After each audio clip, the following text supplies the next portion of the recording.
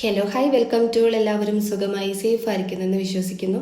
നമ്മളിപ്പോൾ നോക്കുന്നത് നിങ്ങളുടെ പേഴ്സൺ നിങ്ങളുടെ അടുത്ത് പറയാൻ ആഗ്രഹിക്കുന്ന കാര്യങ്ങളാണ്. ചെറിയൊരു റീഡിംഗ് ആയിരിക്കും. അപ്പോൾ ഇതൊരു ജനറൽ റീഡിംഗ് ആണ്. സോ നിങ്ങൾക്ക് റെസനേറ്റ് ആവുന്നത് മാത്രം എടുക്കുക, അല്ലാത്ത കാര്യങ്ങളൊക്കെ വിട്ട് കളയുക. നെഗറ്റീവിനെ ജീവിതത്തിലേക്ക് അട്രാക്ട് ചെയ്യാതിരിക്കുക. ടൈംലെസ് ആയതുകൊണ്ട് ഈ റീഡിംഗ് നിങ്ങളുടെ മുന്നിലേക്ക് എപ്പോൾ വരുന്നോ അപ്പോൾ മുതൽ നിങ്ങൾക്ക് ഇത് റെസനേറ്റ് ആയി തുടങ്ങുന്നതായിരിക്കും.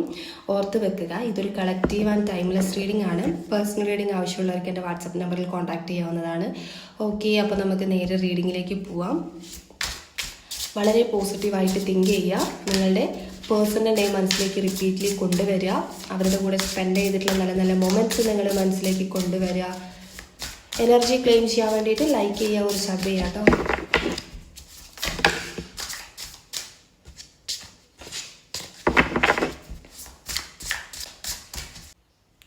ഓക്കെ, ഇതിന് നമുക്ക് ക്ലാരിറ്റി ആയിട്ട് കുറച്ച് ടാരോട്ട് കാർഡ്സും കൂടി എടുക്കാം.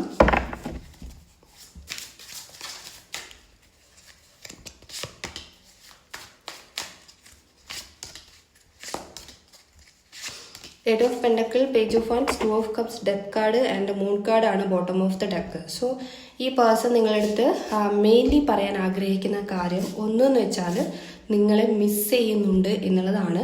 ആൻഡ് അതുപോലെ നിങ്ങളെ കോണ്ടാക്ട് ചെയ്യാൻ, നിങ്ങൾ നോ കോണ്ടാക്ട് സിറ്റുവേഷൻ ആണെങ്കിൽ കോണ്ടാക്ട് ചെയ്യാൻ വേണ്ടിയിട്ട് ആഗ്രഹിക്കുന്നുണ്ട്.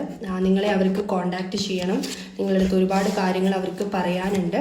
പക്ഷെ അവർക്കതിന് സാധിക്കുന്നില്ല. I can't come to you now, എനിക്കിപ്പോൾ വരാൻ വേണ്ടിയിട്ട് സാധിക്കില്ല എന്നുള്ളത് സിറ്റുവേഷൻ ബേസ് ചെയ്തിട്ടായിരിക്കാം. ഒരുപാട് അട്രാക്ഷൻ തോന്നുന്നുണ്ട്, ഒരുപാട് സ്നേഹം തോന്നുന്നുണ്ട്, ഒരു ഫിസിക്കലി ഒരു സെക്ഷലി ഉള്ള അട്രാക്ഷൻ നിങ്ങളടുത്ത് തോന്നുന്ന ഒരു റൊമാൻറ്റിക് ആയിട്ടുള്ള ഒരു എനർജി, നിങ്ങളുടെ പ്രസൻസ് അവർ ആഗ്രഹിക്കുന്നുണ്ട്.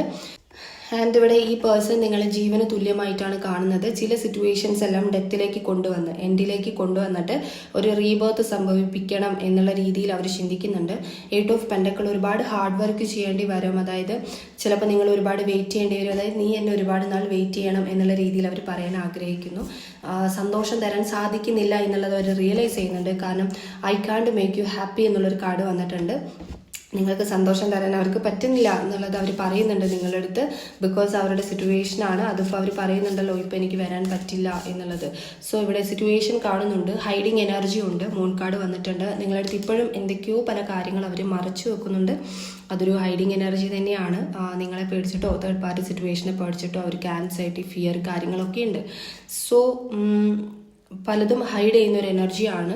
അപ്പം കോണ്ടാക്ട് ഇവിടെ ആഗ്രഹിക്കുന്നുണ്ട്. ആ കോണ്ടാക്റ്റിലൂടെ നിങ്ങളുടെ അടുത്ത് എല്ലാം പറയണം അവർക്ക്. പക്ഷെ നിങ്ങളൊന്ന് വെയിറ്റ് ചെയ്യേണ്ടി വരും എന്നുള്ളത് എന്നവർ പറയുന്നു. അതുപോലെ തന്നെ ഇവിടെ നിങ്ങളുടെ ഈ ഒരു സംഭവം അല്ലെങ്കിൽ ഈ ഒരു സിറ്റുവേഷൻ എന്ന് പറയുന്നത് ഈ പേഴ്സണ് സിമ്പിളായിട്ടോ അങ്ങനെയൊന്നും തീർക്കാൻ പറ്റിയ ഒരു കാര്യമേ അല്ല. അതിന് കുറച്ച് ടൈം എടുക്കും എന്ന് നിങ്ങളുടെ അടുത്ത് പറയുന്നു. അതുപോലെ തന്നെ ഇത് ഹാൻഡിൽ ചെയ്യണം എന്നുണ്ടെങ്കിൽ ഒരു ഡിഫറെൻറ്റ് വഴിയിലൂടെ അല്ലെങ്കിൽ ഒരു ഡിഫറെൻ്റ്ലി വേണം ഇതിനെ ഹാൻഡിൽ ചെയ്യാൻ എന്നുള്ള രീതിയിൽ അവർ പറയുന്നുണ്ട്. ആൻഡ് ഇവർ ചോദിക്കുന്നുണ്ട് എന്തുകൊണ്ടാണ് ഇവർക്ക് ഇങ്ങനെ തോറ്റൊരു ഫീലിങ്സ് വരുന്നത്, എന്തുകൊണ്ടാണ് എന്നുള്ളത് ചോദിക്കുന്നു. സോ നിങ്ങളിവിടെ വെയിറ്റ് ചെയ്യേണ്ടി വരും എന്നുള്ളത് അവർ പറയുന്നുണ്ട്. സോ സിറ്റുവേഷൻ നിങ്ങൾ മനസ്സിലാക്കണം. അവർക്ക് ഒരുപാട് സ്നേഹമുണ്ട്, മിസ്സിങ് എനർജി ഉണ്ട് എന്നുള്ളതാണ്. അവർക്ക് ഇതുണ്ടോ,